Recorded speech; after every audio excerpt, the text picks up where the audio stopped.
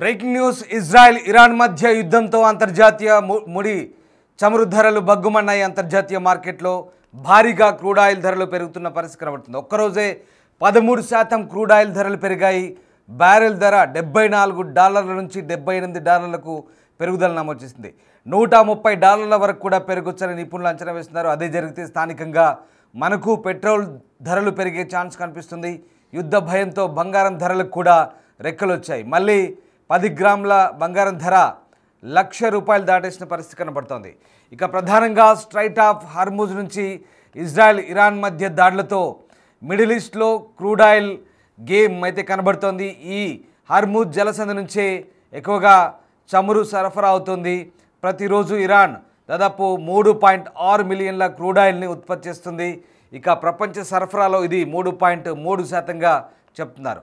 Hormuz జలసంధి దాదాపు 167 కిలోమీటర్లు ఉంటుంది. ప్రపంచంలో 3వ వంతు క్రూడ్ ఆయిల్ ఈ జలసంధి నుంచే రవాణా అవుతుంది. Saudi Arabia, Singapore, south Korea, Japan, India, China దేశాలకు ఈ మార్గం నుంచే క్రూడ్ ఆయిల్ రవాణా అవుతుంది. అయితే క్రూడ్ ఆయిల్ సరఫరాను ఇరాన్ ఆపేస్తే కనుక పెను సంక్షోభం మొదలయ్యే అవకాశం కనిపిస్తుంది. చైనా, యుఏఈ, భారత్కు ఇబ్బందులు తప్పవనే అంచనాలు వస్తున్నాయి. గల్ఫ్ దేశాలకు కూడా ఆయిల్ కష్టాలు తప్పేలా కనబడట్లేదు. మొత్తం మీద ఇరాన్పై ఇజ్రాయెల్ దాడుల వార్తలతో అంతర్జాతీయ మార్కెట్లో ముడి చమురు ధరలు బగ్గుమన్నాయి. బ్రెంట్ క్రూడ్ బ్యారెల్ ధర ఇక మార్కెట్లో ఒక దశకు 13% పెరిగి $78లకు చేరింది. 2022 మార్చి తర్వాత ఒకే రోజు చమురు ధరలు ఈ స్థాయిలో పెరగడం ఇదే మొదటిసారిగా చెప్తున్నారు. అప్పుడు ఉక్రెయిన్పై రష్యా దాడులు చమురు ధరలకు ఆజ్యం పోసాయి. తాజాగా ఇజ్రాయెల్ దాడులకు ప్రతీకారం తీర్చుకుంటామంటూ ఇరాన్ అత్యున్నత నేత ఖమేనీ చేసిన ప్రకటన ఆందోళనకు మరింత పెంచింది. ఆ తర్వాత కొంత తగ్గి $74.32 స్థాయికి బ్రెంట్ క్రూడ్ ధరలు దిగొచ్చాయి. బెంచ్ మార్క్ యుఎస్ క్రూడ్ కూడా 7% పెరిగి $73లకు చేరింది.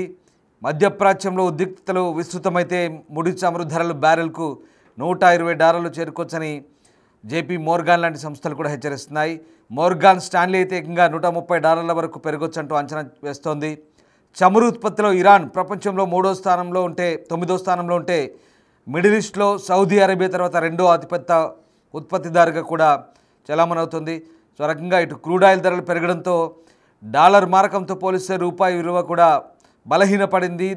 59 పైసలు బలహీనపడి 86.11 వద్ద స్థిరపడ్డ పరిస్థితి కనబడుతుంది. ఇరాన్ రాజధాని టెహ్రాన్పై ఇజ్రాయెల్ వైమానిక దాడులతో పశ్చిమాసియాలో నెలకొన్న ఉద్రిక్తతలతో అంతర్జాతీయంగా అమెరికా కరెన్సీ డాలర్ బలపడడం కూడా మన కరెన్సీపై ఒత్తిడికి లోనైంది. సో మొత్తం మీద అటు ముడి చమురు ధరలు భారీగా పెరిగే అవకాశం కనిపిస్తుంది. అంతర్జాతీయ మార్కెట్లో బ్రెంట్లో ఒక్కసారిగా క్రూడ్ ఆయిల్ ధరలు విపరీతంగా పెరిగిన పరిస్థితి కనబడుతుంది. ఇక ప్రధానంగా హార్ముజ్ జలసంధిని కనుక ఇరాన్ మూసివేస్తే కనుక ఖచ్చితంగా తిప్పలు తప్పవనే వాదనలు వినిపిస్తున్నాయి. ఈవెన్ ఆసియా కంట్రీస్కే కాదు గల్ఫ్ దేశాలకు కూడా ఆయిల్ కష్టాలు తప్పేలా కనిపించట్లేదు. మాట్లాడదాం. మనతో పాటు business analyst, senior journalist Nagendra Sai join అవుతున్నారు. నమస్తే నాగేంద్ర సాయి గారు. నమస్కారం. నాగేంద్ర సాయి గారు, ఇప్పుడు ఈ వార్ నేపథ్యంలో ప్రధానంగా ఇజ్రాయెల్ ఇరాన్ వార్ నేపథ్యంలో తొలుత 5% పెరిగాయి మొదటి రోజు, తర్వాత ఏకంగా 7% పెరిగాయి. అది కాస్త 13%కి ఒక్కసారిగా హైక్ అయిన పరిస్థితి. అంటే ఇట్లా పెరుగుతూ పోతూ వస్తున్నాయి. బ్రెంట్ మార్కెట్లో వాస్తవానికి క్రూడ్ ఆయిల్ ధరలు బ్యారెల్కి ఏకంగా $78లకు చేరుకున్న పరిస్థితి. ఇది ఇంకా ఎక్కడికి దారి తీయవచ్చు, ఎలాంటి పరిస్థితులకు ఇంకా ఉత్పన్నమే అవకాశాలు కనిపిస్తున్నాయి? సో ఎకానమీ పరంగా అండి, ఎక్కడైనా సరే అన్సర్టనిటీ ఉంటే, ఎక్కడైనా వార్ లాంటి సినారియోస్ ఉంటే మార్కెట్స్ దాన్ని ఖచ్చితంగా నెగిటివ్ దీనిలో తీసుకుంటాయండి. ఎందుకంటే చాలా కాలం నుంచి, ఆల్మోస్ట్ ఒక 4 to 5 years నుంచి క్రూడ్ ఆయిల్ $60-65 మ్యాక్స్ అదే రేంజ్ లో ట్రేడ్ అవుతూ వస్తున్నాయి. బట్ ఎప్పుడైతే ఇంతసేపు మీరు చెప్పినట్టు ఇరాక్ ఈ యుద్ధ వాతావరణం అనేది ఒక్కసారిగా క్రూడ్ మీద ఇంపాక్ట్ చూపించింది. దాదాపు $70-75 వరకు మనం బ్రెంట్ క్రూడ్ ట్రేడ్ కావడం చూస్తున్నాం. బట్ ఈ సినారియో అనేది మేబీ అంటే ఇంతకుముందు మీరు అన్నట్టు జేపీ మోర్గాన్ కానీ ఇవన్నీ అంచనాలు ఎట్లా ఉంటాయంటే, సో ఈ వార్ ఇలాగే కొనసాగితే దీని ఇంపాక్ట్ ఓవరాల్ గా ఈ OPEC ప్లస్ దేశాల మీద కూడా ఉంటుంది. ప్లస్ ఇవన్నీ కూడా ఇంపాక్ట్ ఉండి ఇవన్నీ కొద్దిగా నీజర్ రియాక్షన్ అంటారండి. అంటే ఇలాంటి సినారియోస్ గతంలో కూడా అనేక సందర్భాల్లో క్రూడ్ లో చూసాము. కొద్ది రోజుల పాటు ఇలాంటి సినారియో ఉండొచ్చు, కానీ మేబీ $100 పైన ఆర్ఎల్స్ $130 పైన సస్టైన్ అవుతుంది అనేది నేను అనుకోవట్లేదు. ఎందుకంటే మేబీ ఈ నీజర్క్ రియాక్షన్ కొద్ది రోజుల పాటు మేబీ $80 $85 దాకా వెళ్ళే అవకాశం ఉంటుంది. కానీ క్రూడ్ ఆ పైన సస్టైన్ అవడం, ఆ పైన ఇదే స్థాయిలో ధరలు ఉండడం అనేది చాలా కష్టం అండి. మళ్ళీ మోస్ట్లీ మై స్ట్రాంగ్ అజంప్షన్ $65-70 దగ్గర క్రూడ్ వచ్చే అవకాశాలు చాలా స్పష్టంగా ఉన్నాయండి. అంటే ఇక్కడ ఒక హర్మూజ్ జలసంధిని చాలా కీలకంగా చెప్తున్నారు. అంటే ఇక్కడ పర్షియన్ గల్ఫ్ కావచ్చు, ఒమన్ గల్ఫ్ కావచ్చు, అరేబియా దేశాలకు కనెక్టివిటీ ఉంటుంది. సో దాంట్లో మేజర్ పార్ట్ ఇరాన్ ఉంటుంది. కాబట్టి ఇరాన్ కనుక స్ట్రైట్ ఆఫ్ హర్మూజ్ని కనుక క్లోజ్ చేసే పరిస్థితులు ఉంటే ముఖ్యంగా ఆసియా దేశాలకు ప్రధానంగా ఈ కొంత ఇబ్బంది ఉండొచ్చా చమురు రవాణాకు సంబంధించి, కానీ ఈ తద్వారా మనకు రేట్లు ఏమైనా పెరగొచ్చు అనుకోవచ్చా? సో ఓవరాల్ గా ఇంటర్నేషనల్ మార్కెట్స్ లో ప్రైజెస్ అయితే ఖచ్చితంగా ఇంపాక్ట్ ఉంటుందండి కొద్ది రోజుల పాటు. కాకపోతే మనం పూర్తిగా వాళ్ళ మీద ఇంపోర్ట్ ఎందుకంటే మనం చాలా కాలం నుంచి అటు సౌదీ అరేబియా నుంచి కానీ రష్యా నుంచి కానీ క్రూడ్ ని మనం పర్చేస్ చేసుకుంటూ వస్తున్నాము. అండ్ ఈవెన్ యుఎస్ నుంచి కూడా మనకు రష్యాతో ఎప్పుడైతే మనం శాంక్షన్స్ విధించారో యుక్రెయిన్ నేపథ్యంలో రష్యా నుంచి మనం క్రూడ్ ఆయిల్ దిగుమతి చేసుకునేది కొద్దిగా తగ్గింది. అండ్ ఇప్పుడు మెజారిటీ యుఎస్ నుంచి కూడా మనం క్రూడ్ ఆయిల్ ని పెద్ద ఎత్తున దిగుమతి చేసుకుంటున్నాము. సో ప్రైజింగ్ పాయింట్ ఆఫ్ వ్యూలో ఇవన్నీ కూడా ఫార్వర్డ్ ట్రేడ్స్, ఫార్వర్డ్ అగ్రిమెంట్స్ మనం కుదుర్చుకుని ఉంటాం. కాబట్టి ఇవన్నీ అట్లీస్ట్ 3 months 6 months ముందు ఫార్వర్డ్ అగ్రిమెంట్స్ మన ఫ్యూచర్స్ లో కొనుగోలు చేసి ఉంటుంది. కాబట్టి ఇమ్మీడియట్ గా ఈ ఇంపాక్ట్ అనేది ఎకానమీ మీద అండ్ మార్కెట్స్ మీద ఇంపాక్ట్ ఉంటుంది. బట్ ఓవరాల్ గా ఈ వార్ సినారియో అనేది, ఈ ఇరాన్ ఇంపాక్ట్ అనేది మేజర్ మన మార్కెట్ మీద పూర్తి స్థాయి ఎక్కువ కాలం పాటు కొనసాగే అవకాశాలు తక్కువ అండి. ఎందుకంటే మనకు మేజర్ గా సౌదీ అరేబియా నుంచి, ఇంతకుముందు చెప్పినట్టు యుఎస్ నుంచి, రష్యా నుంచి మనం మేజర్ గా దిగుమతులు చేసుకుంటాం. ఇప్పటి వరకు నేను చూస్తున్న దాని ప్రకారం ఇంపోర్ట్స్ పాయింట్ ఆఫ్ వ్యూలో 0.63 బిలియన్స్ మాత్రం మనం అంటే other than that crude imports point of వ్యూలో 0.63 బిలియన్ మాత్రమే మనం చేస్తున్నాం. ఎక్స్పోర్ట్స్ పాయింట్ ఆఫ్ వ్యూలో మనం ఎక్కువగా ఉన్నాం కాబట్టి అంతగా మేజర్ గా పానిక్ అవ్వాల్సిన అవసరం లేదేమో అని నాకు అనిపిస్తుందండి.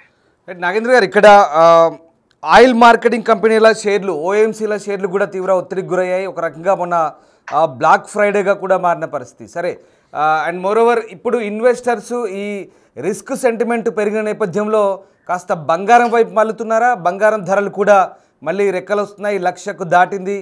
అంతర్జాతీయ మార్కెట్లో ఔన్స్ బంగారం ధర కూడా పెరుగుతుండగా కనిపిస్తోంది.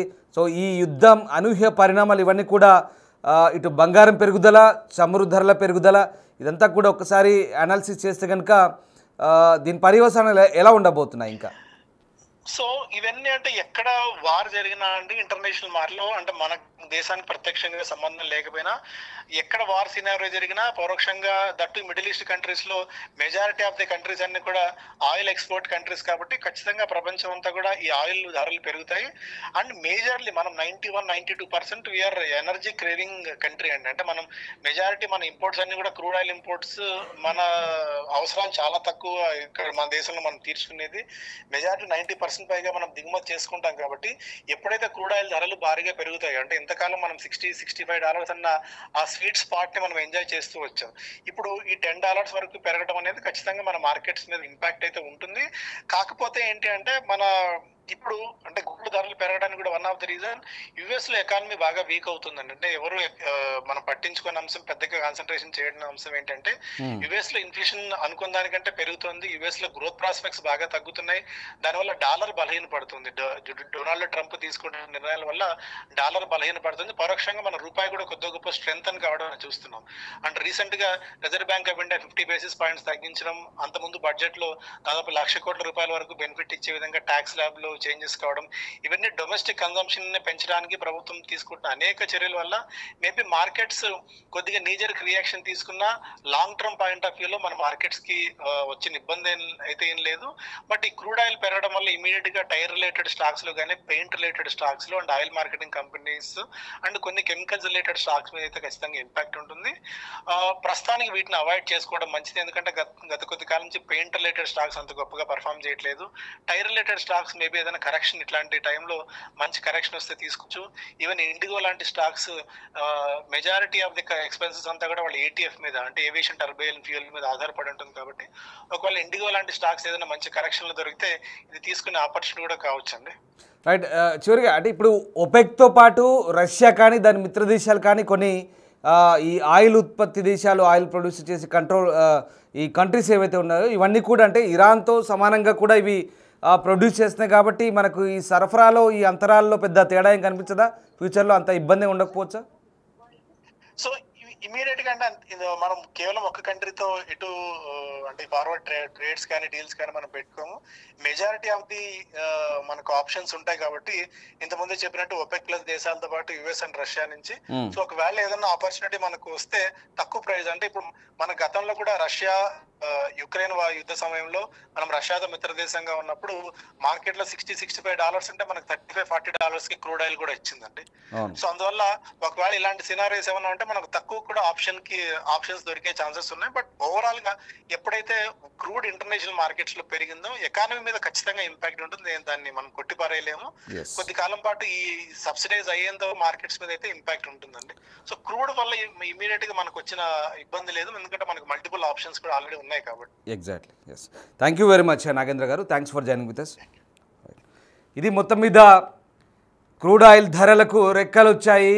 ఇరాన్ ఇజ్రాయెల్ వారు నేపథ్యంలో ఒక్కసారిగా ఈ ధరలు పెరుగుతున్నాయి. అంతర్జాతీయ మార్కెట్లో బ్రెంట్ దగ్గర క్రూడ్ ఆయిల్ ధర బ్యారెల్కు $78 చేరుకుంది ఒకనొక దశలో. ఇప్పుడు $74 ట్రేడ్ అవుతున్న పరిస్థితి కనబడుతుంది.